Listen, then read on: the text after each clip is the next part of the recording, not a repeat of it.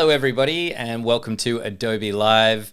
We'd like to begin by acknowledging the traditional owners of the land in which we are streaming from today and pay our respects to elders past, present and emerging. My name is Flynn and I'm hosting today, and my guest today is Ramesh Harikrishnasamy. Hi Ramesh, how are you? Hi Flynn, I'm good. How are you? I'm really good. I just realized I don't have any music on, so let's put some music on, nice and soft. This Oh, is our second stream this week, and we had a great stream yesterday. I had so much fun. I love diving into Photoshop with Ramesh. He knows everything there is to know. And there were lots of great questions from chat as well. So if you're here for the first time, welcome.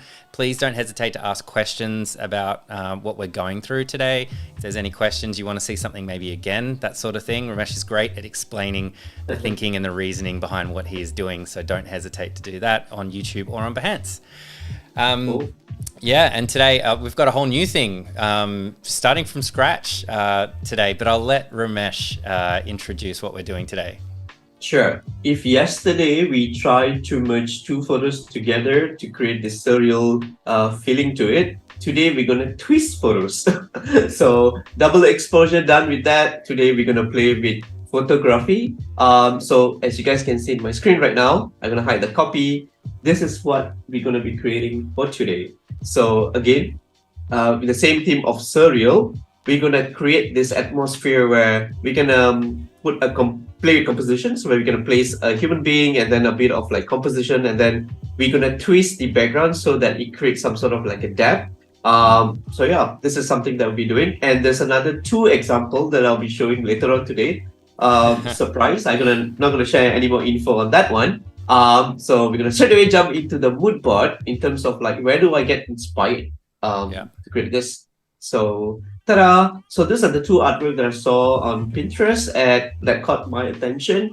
Again, I'm a person who, when I look at certain artworks or whatever not, usually I will go back and try out my version of it. Right. And the way I create probably is different than them. But I just want to highlight both of them because I think they have a very nice way of making a twisted landscape as well. The artwork on the left-hand side is by Nate Hill. He's an Australian photographer.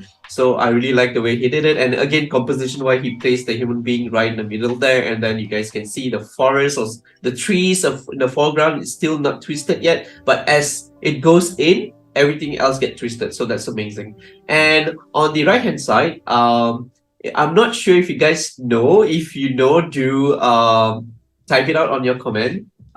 It's AMR Elsami. I hope I pronounced his name right.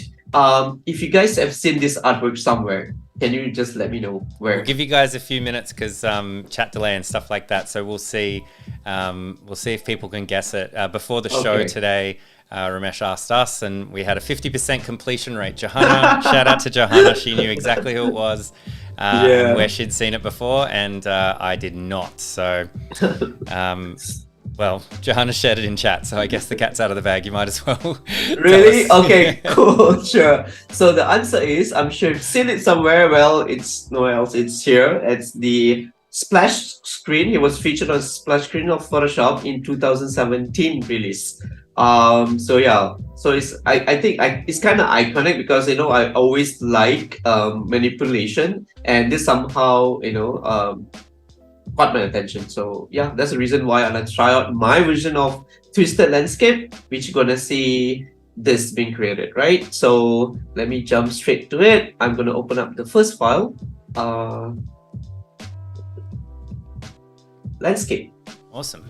Okay, so this is exact same image of the background here, just that it looks normal, nothing happened to it. But then I'm going to twist it. Again, there are many ways, but I'm going to show two ways to twist a particular landscapes. First foremost, you need to select the part of the photos that you want to twist. For example, I really like this area here. Here's a quick tip. Whenever you want to twist something, right, like a landscape or whatever not, make sure the bottom layers have a similar color hue. Like for example, it has blue and there's no much patterns around it, which is perfect. I'll let you know why later on. I'll probably give an example why that's important, because else when it get twisted, there will be a cutoff line, and you want to make sure that you have less time to fix it. So this is how you do it. Like, okay, for example, I want to twist this area over here. This is what I'm going to do. Once you select it, just go to filter, distort, go for polar coordinates. Once you do that, you'll get a pop-up here. Just zoom out, and you get to see the area of the selection has been distorted. So just click OK. Ta-da! You got it. So what you do is now you just copy it. Again, open up a new document. Again, I like working on a horizontal mode, so I'm gonna just paste it here, and I'm gonna just make it a smart object. Very important. Let's call this landscape. We talked about that a little bit in yesterday's stream. So when you're doing photo manipulation, it's really important to have your images as high res as possible and as smart objects when you're manipulating them, or you're going to get a bit of pixelization, rasterization, that sort of thing. Is that right? Correct. Yes. Yeah. So that you can always use back that particular, again, even though we made it a smart object, doesn't mean like you can't use it. The beauty of landscape is that you get to always go back and reuse it for some other purposes. Right. Here's what I'm doing right now. The reason why I'm scaling it so that I get a perfect circle. I'm gonna do this. And here, it will take some time to edit, obviously, because of the cutoff line. If I go back to that image, you know that if I Command Z, obviously the polar coordinates, how it works is that it takes this part of the pixel and the other part of the pixel, and then it joins together. So if you take a piece of paper and if you make it round, you know if the endings are not the same, you will get the cutoff. So that's what something that we're gonna retouch a bit more. So yeah, so just so that you know. So it starts from here and then it ends here. As you guys can see, it's brighter here, this area, and it's slightly darker, this area. So that's the reason why retouch is important here. So they get the perfect round twisted shapes. So I'm gonna just put this here. I'm interested to see how you're going to blend these together, because I have my own thoughts of how a way you can yeah. work, so. Okay. As a Photoshop probably novice, is the probably the same as what you have in mind, but let's see. Before I do that, should I retouch first or add in the composition? Okay, let's retouch first. Okay, so I'm gonna create a new layer on top. Since the blending is not the same, we're gonna make sure that it somehow has a smooth transition. In order to do that, clone stamping is something that I want to use. There's also another way that you guys can use, which is if you can use the spot healing everything. It might not work perfectly. Here's the reason why. Because of the distortion of the image. It's not the same line, right? Same line meaning it's not horizontal, it's rounded shape. So if you use a healing tool, it will get distorted as well. Like give you an example, okay? Too much of talking, I'll just show an example. Like for example, if I use a spot healing, let's see what happens, right? So I'm gonna go back here. I'll probably need to just back up this rasterize very quickly to show you that. Rasterize. And then if I were to take this and put here, it might not understand that. What do you want to do? Like, are you trying to smoothen it? But it also couldn't, read my mind. Like, oh, I just want to make sure that they all look smooth because it's a wider range. Even if I enlarge it, let's see if it works. It's processing. It's a huge image. See, it's not so perfect. So always try out many ways. Again, there's never a one way in Photoshop. So I am going to clone stamp instead. So I'm going to press on S, and here's how you do it. Make sure your brush is slightly larger like this, and then press on S and look for the point. I like this area over here. As you guys can see, it's still distorted, right? Obviously, because I've taken from here, but it's okay. Just put it here and slowly brush it, and then Control T or Command T. All right, move it. I was going to say the angle's all wrong, but yeah, that makes sense after you transform it. Yeah, so that's how you retouch. So that's why it takes some time. But then, of course, all your hard work will get paid off. Yeah. Just fine at the end. So while I'm doing this, if there's any questions, I can answer. Yeah, great. Throw your questions in chat, and we will certainly ask. What I've got. Do you ever use a stylus or like a Wacom or anything like that when you're editing, when you're retouching, or are you always keyboard and mouse? Oh, Wacom. Wacom. So here's the thing. Yeah, tablet. I have a huge one here. I think it's the medium size. Reason is because when I traveled last time, I like to use my laptop with a trackpad and everything. But once I saw some of my colleagues were using it, and I was like at my workplace, and I was like, let me try it out. Once I touch it, I'm like, God, why didn't I have one? And I quickly go and bought it, and it somehow is part of my life now. Like trackpad is amazing, of course. Again, I've done tons of manipulation with it. It's just that it's like you are literally touching the surface of your artwork when you're using Wacom. So it's a different feeling. So yeah. Cool.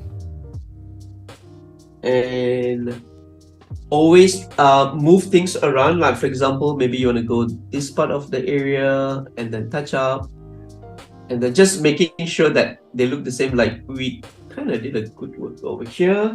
I'm gonna just go back up.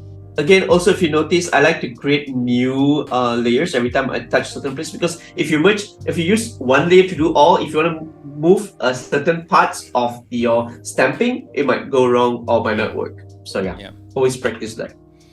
We have another question in chat. Does the touch-up process work better if you make the strokes side to side rather than along the seam? Okay. Meaning on the landscape itself, like fix it here? Is that the question? I'm not sure. Okay.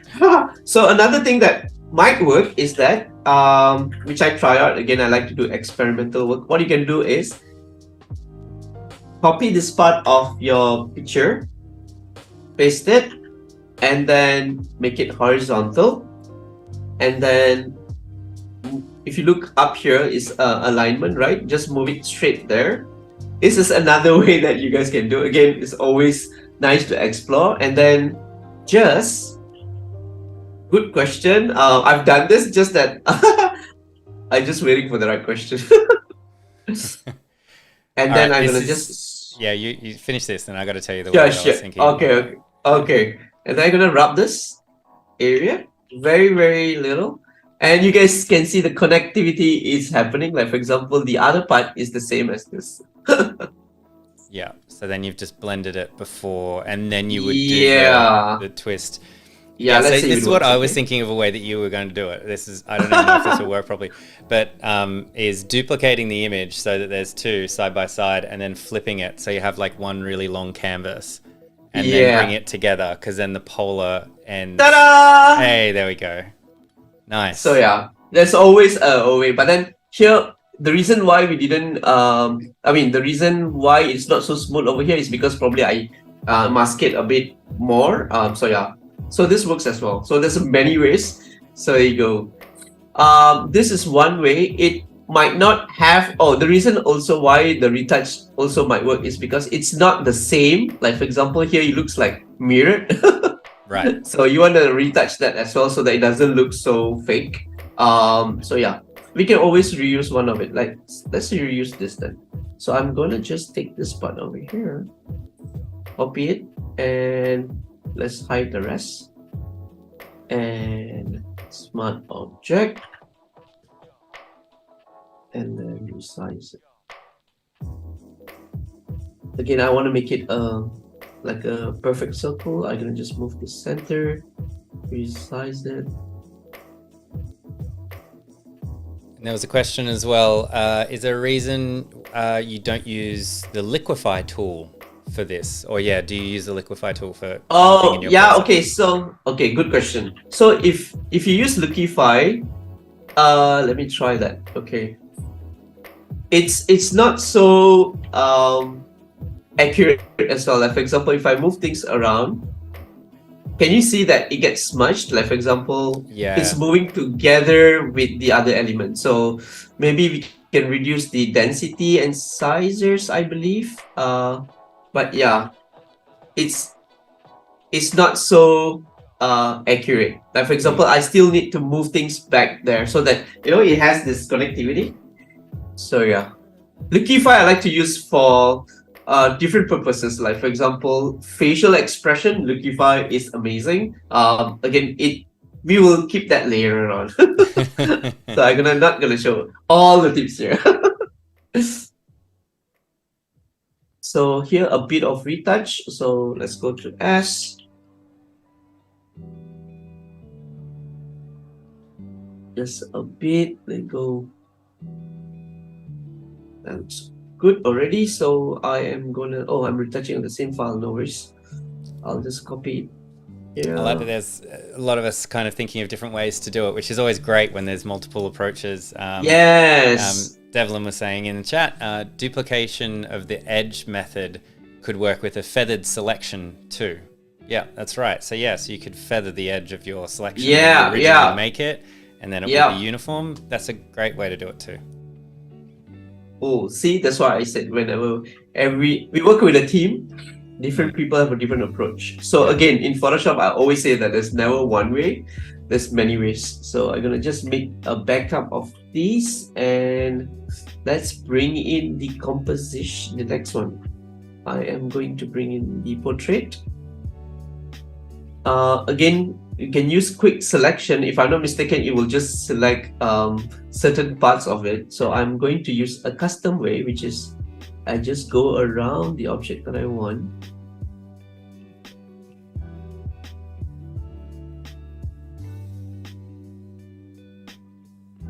There you go. Let's see if everything is selected. Perfect. I'm gonna just copy it, and then let me go back here.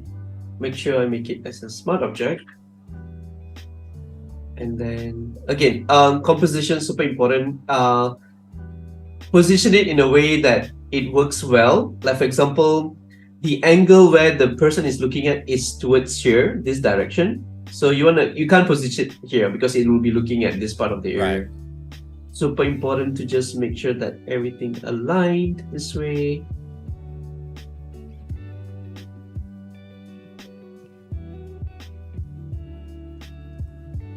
This, if you notice, there's also a cutoff here. Like, of course, from the photo itself, there's a cutoff at this area. We're gonna fix that. How? Before I do a bit of cleaning of masking of that person, I'm gonna just go back to edit, puppet wrap. I'm gonna just make sure that I don't move that guy. The stone looks good here. Here, I'll just move down. So I don't have to. It doesn't get as much love, I think. Oh yeah, I think so. But I use it a lot. Yeah. I use it in, like tons. Like for example, if you guys have a chance to look at my Instagram later on, I use a lot of like jewelries, like necklaces and all. So I'll make sure that I don't move this part of the area, and I move the puppet wrap using puppet wrap tool to move the other side, so that it goes around the neck. So yeah, puppet wrap has it's magic. So yeah. So just gonna go in here. Again, we're gonna do the masking thing. Also, if you look at my setup, this is something that I've been sticking to for quite some time now, for maybe 3 or 4 years, I think, is that I like to have my tool preset at the side, my color wheels at the side here, and my typography at the bottom. Reason is because I have so much other area to play with, and of course layer has to be this side. Again, it's because I'm right-handed and I like to get things from there, and property bars is just at the bottom here.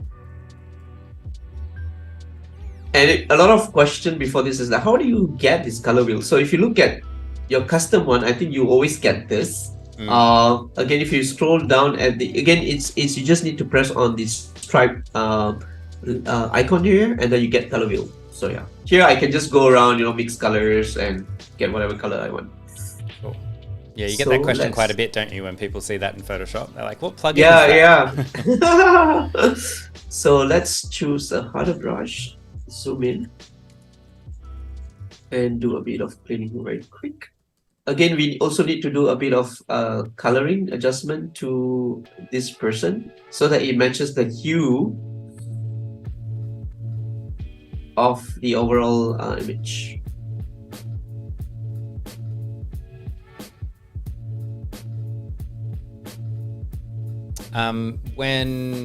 If I was going to create this, I think I would have probably incorrectly, but tried to cut out the person from the original image and then bring it in. But I noticed that you kind of just cut it out really quick and then brought it in, and now you're editing it. So why do you do it in that order? Okay, so good question. There's also another way that you guys can use. You can just bring this whole image in and then you select object. Again, if you notice, I am actually cutting him in 100%. Size, like I now resize him, and I still maintain that image that I have again as a backup on a separate file, and it's stored on my computer. I know where to get it. The reason why I did it as well is because I want to look at the composition straight away. Like for example, if I take the whole image, I need to make it this way. Let me just show you that. So like if I have to paste it here, then I need to do an alpha mode and resize him in a way that I want. So it's also a way that I want to do. I can do if I want to, but then I think I save more space or more time if I cut him here without doing anything to this image, but still putting him here, but making him as a smart object, because I can always get back the original file. Cool. Yeah. So I'm gonna go here. Yeah, another thing that I think even I mentioned it yesterday, always make sure that you guys don't always smart object your things. don't make it like a rasterize all the time. There are times where you need to rasterize. You can just back up the file. And you will never know. This type of editing that you're doing, do you think you could do this with a trackpad, or do you think that you would need a stylus of some kind? Right now, I'm using trackpad. Wacom. Yeah. I've done using trackpad. Many years ago. It's just that it's not so accurate. I feel like I'm not doing accurate stuff, even though it's clean at the end. Just that I feel like I do much better work using Wacom. Right. So a bit faster, a little bit more accurate. Yeah. Yeah. So we're gonna go in here. Again, I'm just removing some stuff. There's another way to do this, which I'm gonna let you guys know. Another way is that if I go back here, I'm gonna just select this area, right? If you notice, if I do mask straight away here, up here on select, and let me do that one. I think there's actually a question around this. If you could freeze there just for a second as you're doing this. I think Johanna was asking about this. What is that pink selection that's coming up over here? Good one. I think it's the AI thing that's doing right now. For example, if you look here, right, on if I press W, it's the object finder that I on. Okay. Yeah. So it knows where you are actually selecting. So yeah. Cool. Yeah, that's the reason why that happens. And also AI kind of know, like, do you want to select that human being itself or the whole stone or whatever not. So yeah, that's what is happening right now. Okay. Object finder. There are times when you want to select subject, if I'm putting it right up here, it will this particular arrows that looks like a refresher will try to analyze that photo to see, okay, I want to do a calculation very quickly to see which one do you want to choose. So that's why at times when you open up an image, if you press on W, as soon as you press on this icon object selection, you will get to see this thing keep moving in 360. It's trying to analyze. Yeah. Cool. Yeah. And interesting fact is all of the Sensei stuff at Adobe, like it doesn't actually happen in Photoshop. It happens server side. So that's why there's a refresh happening. Yeah, the cloud. Yeah. Cloud and AI and machine learning and etc. And another thing, something that I discovered a while ago is that if you select subject, that's how you do it. You press the button. But then, do you notice there's also an arrow up here? There's also a way to do it in a quicker result, or you want more detailed result using cloud. Right. And I noticed that using cloud has more detail. Like for example, as exactly how it's stated here. It goes way in. Like for example, it knows that you don't want this blue area, it will remove it. So yeah, that's the beauty of it. So we're gonna go to select and mask. I'm gonna show you another way to remove this. Let's zoom in, and then if I press on it, can you see if I press on this second toolbar over here, I get to remove the patches of the blue line. Not so accurate, but it helps. So yeah, that's another way to remove certain things. And also always play with your contrast to get a sharper edge. If no, then your edges will look a bit blurry. Right. So, yeah. But then we're gonna go back here. Where was I? Yeah, on the back. Just a bit of reduction. We are almost done here.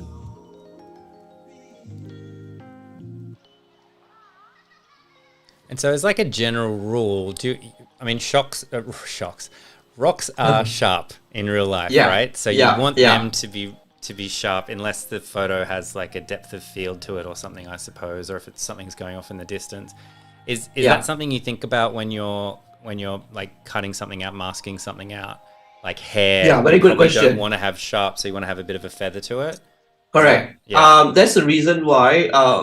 If you look at my left-hand side panel, I have like oil pastel shape brushes. Reason is because again, I work a lot with hairs and everything. If you look at my Instagram, so I need to go in between that particular area of the hair to clean the inner part. We can do that. The reason why I'm very quickly using the hard round is because the areas that I'm going in, it doesn't have such a complex outline, so I can always resize my brush like this and then go in and clean things up. So yeah, but like you said, if you were to use the right tool for the right thing, then it will work better. Like for example, like this works better for grass.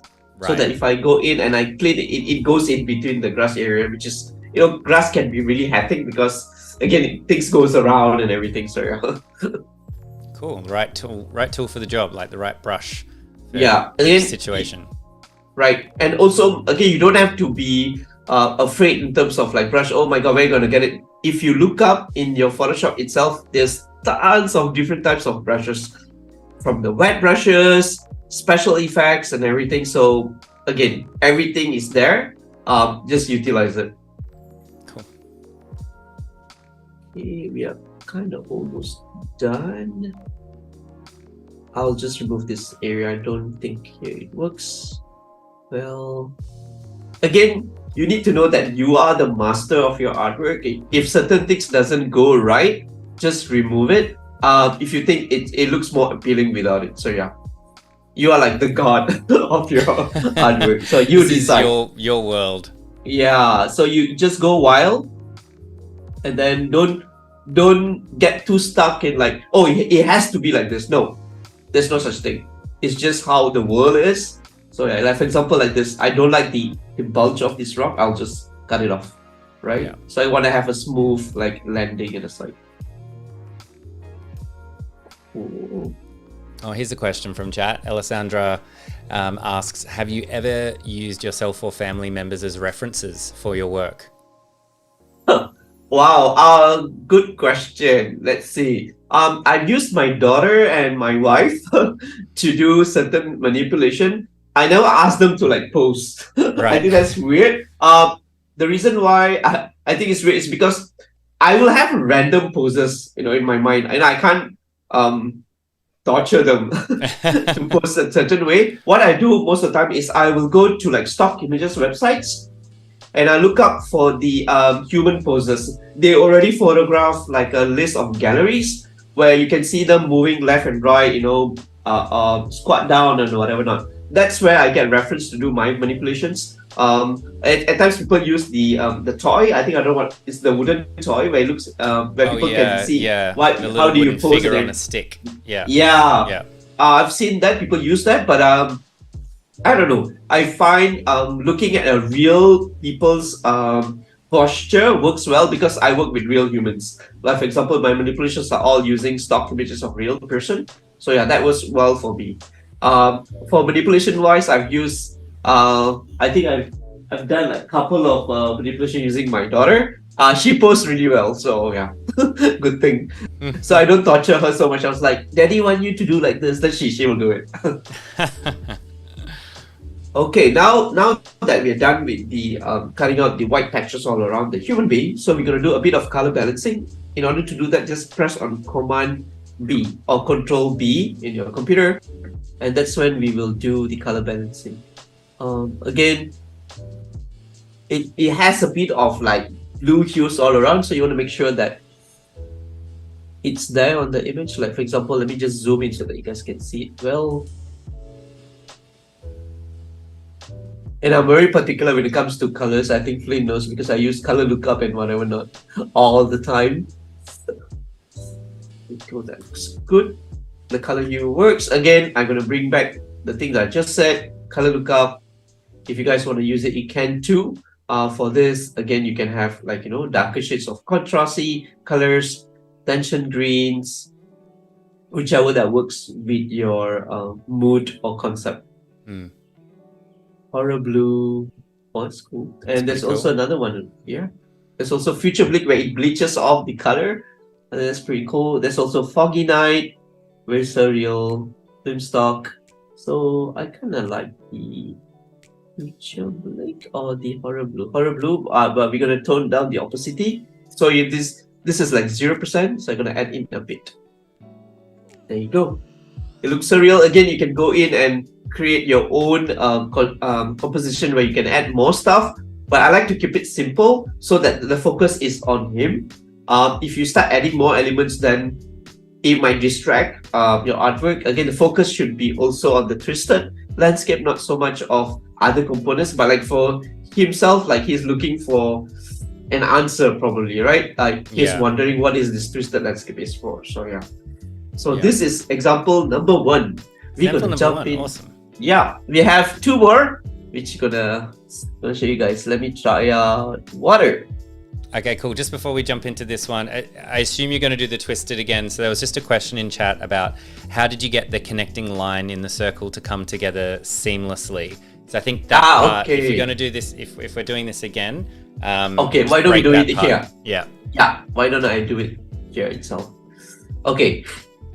So like I said earlier, to make a perfect twisted landscape, always make sure that the edge are the same. Like for example, if it's not the same, for example, you can see it here itself, the reflection of water, you have it some here, but then not here. So what happened is that they will get a sharp cut over this side, and then you can never get a perfect twisted thing. So what we're gonna do is, we're gonna just highlight this area, and I'm just gonna copy it and pasted it, and Control T or Command T, right click on it and look for flip horizontal.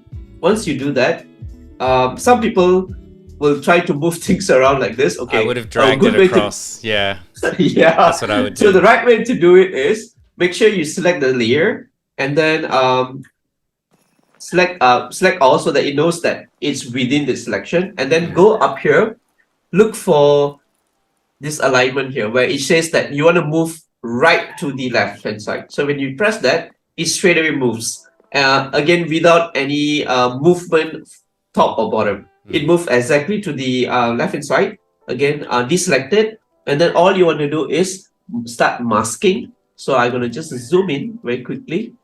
From here itself, you know the cutoff line will be a sharp one, right? So you want to have a smooth transition. Let's mask it and change our brush to something smoother. And then don't use so much of the space here, maybe just a little bit here, and then just go down. Just like that. Again, you notice the color might go wrong. The colors are not so even at the bottom, but no problem, we can always touch it up. And then what you do is you merge all, and then let's go to filter, distort, polar coordinates, and then we get that. But in this particular trick, I'm supposed to show you another way. Okay.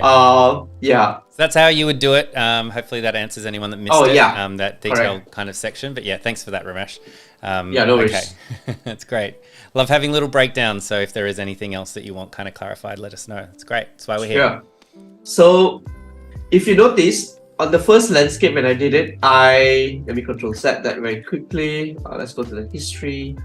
The way I did it was I cut from up here and to the bottom, right? It's because I want to have that style that I want, like for example, from bottom up circle. But in this one, I want to try out the other way, which is I'm going to flip everything to vertical. Okay. So that I get a different effect. So now I'm going to do the distort. So let's go to distort and polar coordinates. Now if I zoom out, you see a glow outside. Because the other way around, it's not so appealing. If I go back to distort and polar coordinates, if I zoom out, everything's stuck in the middle. But in my concept, I want to position something in the middle. So that's the reason why I flip the whole thing to vertical. And then I go to filter, distort, and I use polar coordinates. Now, if I zoom out, I get the glow outside. That's what I want. Right. So I'm going to copy this, and then I'm going to create a new landscape here. Paste it, smart object. Let's scale it from the middle. Yeah. So this glow looks amazing. Speaking of amazing, got a message from Fariz in chat. Oh. Can you just let Ramesh know that his entire team is watching his demo right now? He's so generous with his knowledge, and we're glad we have him in the team. Good luck. Oh, Ramesh. wow. Thank you. How cool is Fariz. your team? I know, they are the coolest. They are like my family members. They are amazing. That's very kind. Good on you. Yeah, they are very, very, very good. Again, in the team itself, we also have our own time where we share our knowledge. I think it's always important to, to just make sure we don't keep the knowledge to ourselves. It's not my motto in my life. I like to share things. I think that's the reason why I'm here. This show is because I love sharing, and I believe that when you share, I also gain knowledge. Like for example, like a good example would be like, how did I do the landscape thing? And then people commented saying that there's also another way that you can try out, right? Right. Like there's never a right one way to do it. So yeah, grateful for all the knowledge that we're getting from people, Yeah, I agree. And there you go. Quick touch up there. And then the reason why I did this is also because, again, let me just merge this into one. I'm going to just do a bit of leveling colors. I just want to make it darker. The reason why I'm adjusting here is because I want to bring in the glow more. So let's see. There you go. You can see the difference, right? Like, right, yeah. I make this like this. That works better. I'm just going to enlarge this very quickly. I'm going to bring in two friend. Who's that two friend? There you go. This two friend. Hey. Again, because I have a story for it. So it's like they're discovering a new horizon, a new home. And I'm going to just do this. Oh, you know what? Let's just bring them there. It's quite a huge file, but doesn't matter. Oops. Okay, and then I'm going to just select them, and then down here like this, and then and mask it, and then resize it. See how the color works well as well. Again, like yesterday, if you guys remember, I like to select photos that already have the same hue and whatever not, so that it saves time. Time is money. Always remember that. So try to do things in a very smart way, so that you have more things to create in the future. Yeah. Rather than stuck with one artwork, right? There you go. Yeah, so it's a great idea. It's a great idea. Are there any tips for finding kind of stock, I guess, or images online that do have similar hues? I know there's a couple of funny ways you can like search for things like in in Google search where you find things that have a similar hue? Yes. Is that a method that you use? Yeah. You can use that, or you can search for, like, for example, because it's sea related. So when I say blue sea or whatever not, I think even sea has different color schemes from turquoise to blue and whatever not. I try to look up for a sea that has a similar. Again, another thing is that I like to look at gallery from a zoom out version. Probably when you search, if you want to save your time, try to zoom out more or look for a result that's more than like certain numbers, or maybe 20 or 30. And use your computer as, like, for example, if you press on Control 0, I think, or the other way around, or negative, it will zoom out. So that you get more results and you get things done fast. The goal is to just make sure that you find things fast and get things done fast. But most of all, enjoy the process of creating. I think a lot of people also have this rush, like, I need to get things done fast. I'm not saying do things fast. Shorter time to find things, but enjoy that time to create. So don't rush, but try to find ways to be efficient with your tasks. Correct. So there you go. If you look at this, right, like, for example, the story that I like to tell is that this can be manipulation of real photo, I'm not sure, is that once you take, the beauty of manipulation is that once you take a certain file from a certain image from another photo, and then again the sea was like this, you already tell a brand new story out of that two image. That's the beauty of altering photos. You tell a different messaging. Again, there's no distraction. I like to do my artwork with less distraction. For example, when we look at this particular image that we're working on, there's only a background and that particular subject. This as well. There's no other thing. So that messaging is clear. So what messaging that we can give for this is that they're looking for new home, you know. So yeah, like I said, there's no distraction. Try to make it minimalism. Again, it all depends on what messaging that you want to say. So yeah. Colors looks good. I'm gonna just do more of color balancing on that image. Bruce in chat says, sharing is caring. Thank you, Ramesh. There are so many creatives that still gatekeep. Much appreciated. Thank you. Yeah. So there you go. That looks cool. I think we still have one more to go, as in we have time. We have time, 10, 12 minutes, that kind of thing. Okay, cool. That's perfect. That's a lifetime for you. You'll be fine. Then I can create another two more, but then I'll just stick to one because I have a surprise which, Flynn, even you don't know about it. Okay. Okay. That's the best part. I love surprises when we're live. Yeah. Yeah. Okay, so we're done with this. We've done one. We've done this one. Okay. Let's do another one, which would be Starry Night. Oh, beautiful. This looks cool. This is amazing image. Again, I showed you guys one tip already, right? Which is go to filter, distort, and then polar coordinates. There's another way that you guys can do is that I call it, again, it's also a less utilized tool. It's under distort and twirl. If you zoom out and then you scale this very nicely like this, you will get a different pattern, which is like this, right? What I'm going to do now is I'm going to create another story. That story would be, let me create a landscape, and before even working on the background, I'm going to bring in the subject. The subject would be very interesting. A person over here. Let's forget about the plane. You can see this particular guy barefoot, nothing. But then something will happen soon. Again, I'm gonna just crop him out. I will just drag him and put him in here. Let's make it a smart object before we resize. There you go. And I am going to remove him from the background. I just need this part of the image. Perfect. Mask it. I'm going to move him at the side. And Starry Night. I am going to do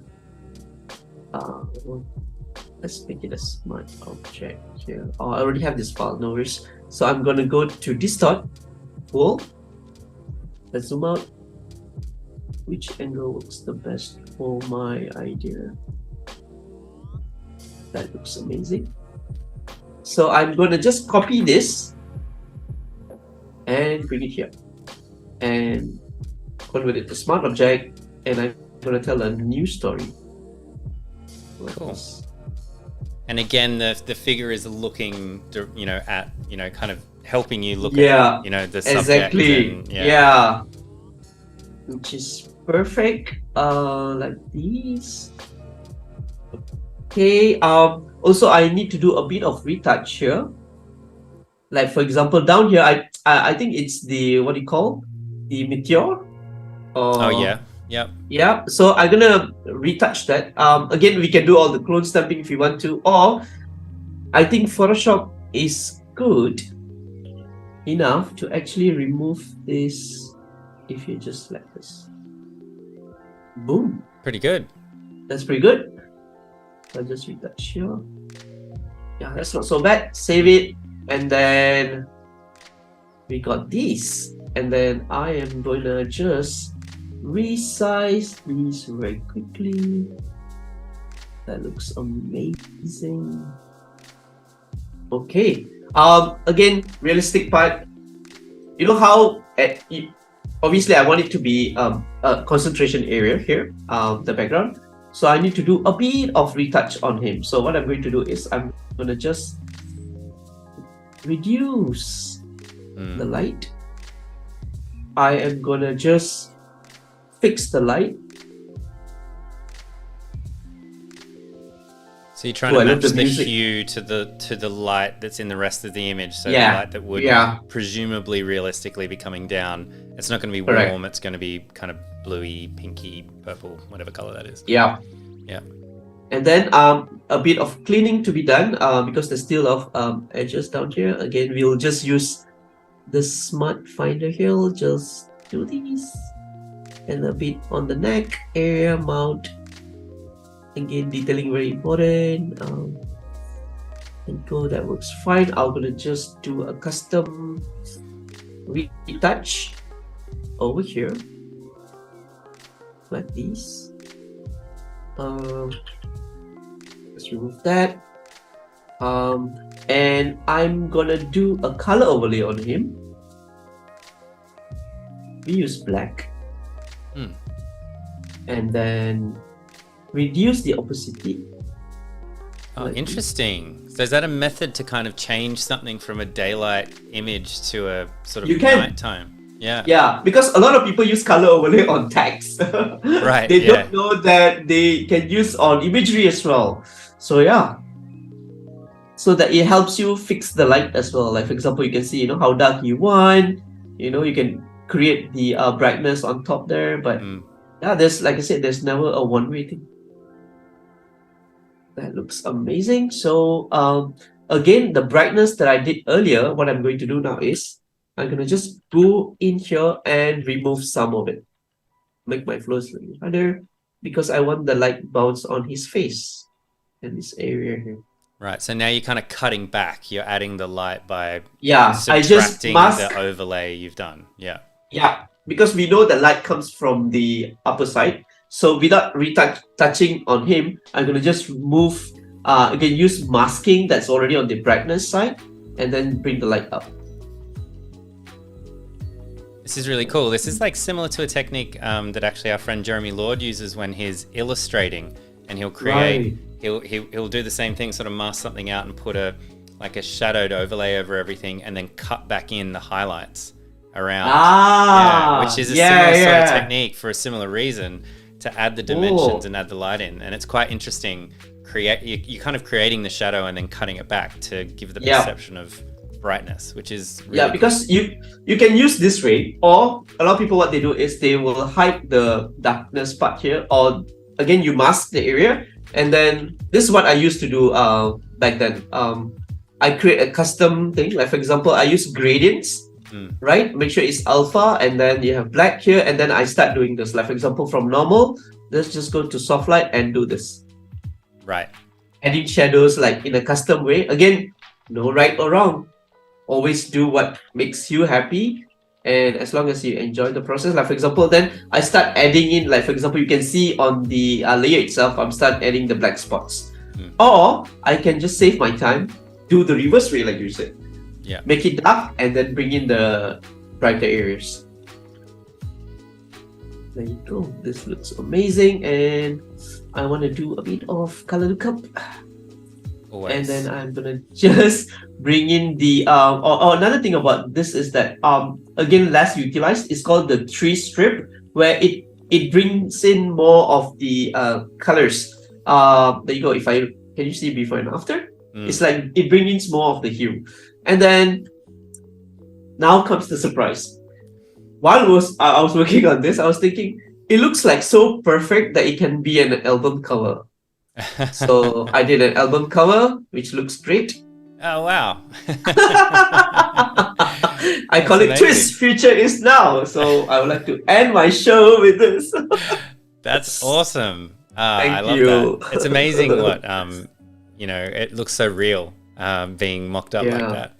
Yeah, and also, funny thing is that, like, at times there's a lot of surprises while I'm working on it. Like, if you zoom out, you actually can see how, again, it was never planned. The circle kind of matches with